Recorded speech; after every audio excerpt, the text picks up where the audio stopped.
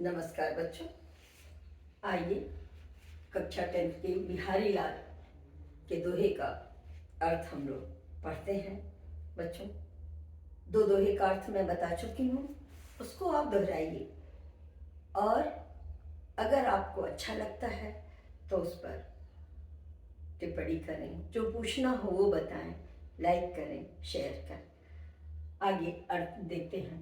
कहलाने एकत बसत अहि मयूर मृग बाघ, जगत तपोवन सो कियो दीर्घ दाघ निधाग। यहाँ पे ग्रीष्म ऋतु का वो वर्णन कर रहे हैं, ऋतु वर्णन है, ग्रीष्म ऋतु का वर्णन कर रहे हैं। कहलाने एकत बसत, कहने के लिए एकत, एक ही जगह पर, बसत माने निवास कर रहे हैं। कौन? अहि माने सर, मयूर मतलब मोर, मृग का अर्थ मृग या हिरण, और बाघ। अब ये सब बेटा एक दूसरे के शत्रु हैं, ये आप जानते होंगे ना। अहि सांप और मोर में दुश्मनी है, एक दूसरे को मारते हैं। और इधर मृग अगर रहे और बाघ रहे तो बाघ तो मृग को खा जाता है। लेकिन यहाँ ये क्या कह रहे हैं? कहलाने एकत बसत, एक ही जगह पर निवास कर रहे हैं। सांप, मोर, मृग और बाघ। जगत तपोवन सो कियो, पूरे संसार को तपोवन बना दिया। तपोवन वहां करते हैं जहां मुनि लोग तपस्या करते हैं, सारी कलुषित भावनाओं से उतर के केवल भगवान के उसमें ध्यान मग्न होते हैं। तो जगत तपोवन सो कियो, पूरे संसार को तपोवन बना दिया है। किसने? दीर्घ दाघ, भीषण, निदाघ माने गर्मी, दीर्घ दाघ माने भीषण, प्रचंड, निदाघ माने गर्मी, प्रचंड गर्मी में, ज्येष्ठ मास में बहुत तेज गर्मी पड़ रही है और गर्मी से ये सारे पशु पक्षी इतने व्याकुल हैं कि आपसी शत्रुता को भूल करके एक जगह ऐसे पड़े हुए हैं मानो वे तपस्वी हों, सारे वैर भाव को भूल गए। ये प्रचंड गर्मी का वर्णन है, केवल इसमें प्रकृति चित्रण है, दोहा छंद है, अनुप्रास अलंकार है और ब्रज भाषा है। इतना आप लिख दीजिए। फिर से देख लीजिए कि ग्रीष्म ऋतु में गर्मी से व्याकुल होकर के मोर, सर्प, मृग, बाघ, ये आपसी जो जातिगत शत्रुता है उसको भूल करके एक ही स्थान पर ऐसे बैठे हुए हैं कि देख के ऐसा लगता है कि दीर्घ दाघ निदाघ, इस प्रचंड गर्मी ने पूरे संसार को तपोभूमि बना दिया है। ये सब अपनी शत्रुता को भूलकर तपस्वियों की भांति एक ही स्थान पर निवास कर रहे हैं। अगला दोहा देखा जाए। कहत नटत रीझत खिझत मिलत खिलत लजियात, भरे भौन में करत हैं नैनन ही सो बात। बेटा ये जैसे ये बतरस लालच लाल था, उसी तरह का ये क्रिया व्यापारों वाला है और मोस्ट इंपॉर्टेंट में आप इसको लिखिए। यहाँ पर आपको फिर बिहारी ने गागर में सागर भरा है, ये एकदम स्पष्ट होगा।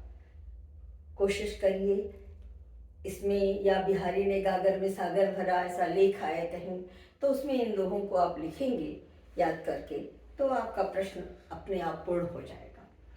कहत नटत, यहाँ संयोग श्रृंगार का वर्णन है बच्चों, संयोग श्रृंगार का वर्णन है।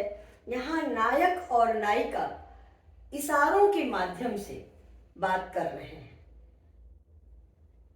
कहत नटत, कहत नायक कुछ कहता है, नायिका नटत इनकार करती है, रीझत नायक उसके पर रीझ जाता है, प्रसन्न होता है, नायिका उसके इन क्रिया व्यापारों को देख करके खिझत क्रोधित हो जाती है। फिर दोनों के नेत्र मिलते हैं, उनका मन प्रसन्न हो जाता है या चेहरा खिल जाता है।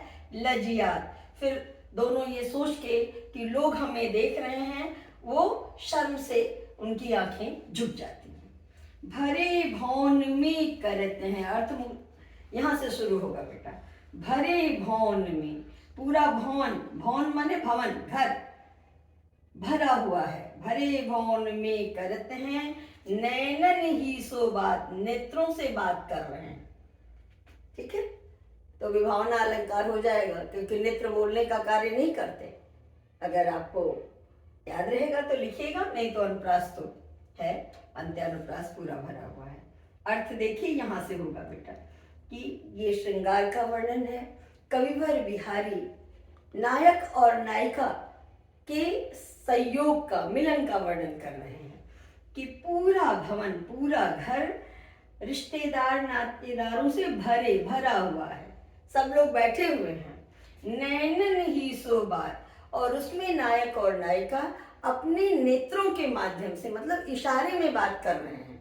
क्या बात कर रहे हैं? अब ये देखिए सारी भावनाओं को किस तरह उन्होंने दो एक पंक्ति में समेटा है।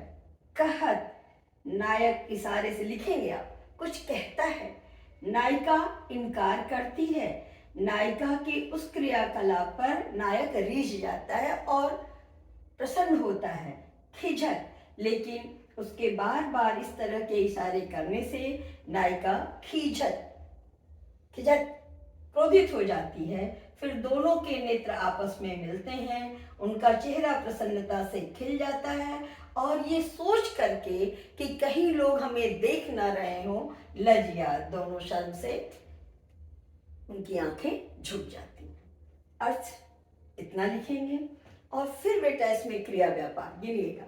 कहना, इनकार करना, प्रसन्न होना, क्रोधित होना, मिलना, खिलना या मुस्कुराना, लज्जाना, लज्जित होना, शर्माना, लज्जित होना ना लिख करके वहां शर्माना लिखेंगे।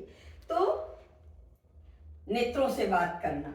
अब देखिए 1 2 3 4 5 6 7, ये 7 क्रिया व्यापारों का एक साथ वर्णन, 7 क्रिया व्यापारों का दोहे जैसे छोटे छंद में वर्णन करना बेटा, ये गागर में सागर भरना है। और पूरी भावनाओं को आप देख रहे हैं कि इतना एक दृश्यांकन किया है, चित्रांकन लिखिए, दृश्यांकन लिखिए कि एक मिलन का, नायक नायिका के मिलन का पूरा चित्र उन्होंने खींचा है दोहे जैसे छोटे से छंद में। तो इस तरह उनका गागर में सागर भरना सिद्ध होता है। और अर्थ लिख करके आप इसको पूरा करें। बच्चों, अगर आपको अर्थ समझ में आता है तो आप लाइक करें, शेयर करें, तथा आपको जहाँ जो परेशानी हो मुझसे अवश्य पूछें। अगला वीडियो शीघ्र ही दूंगी।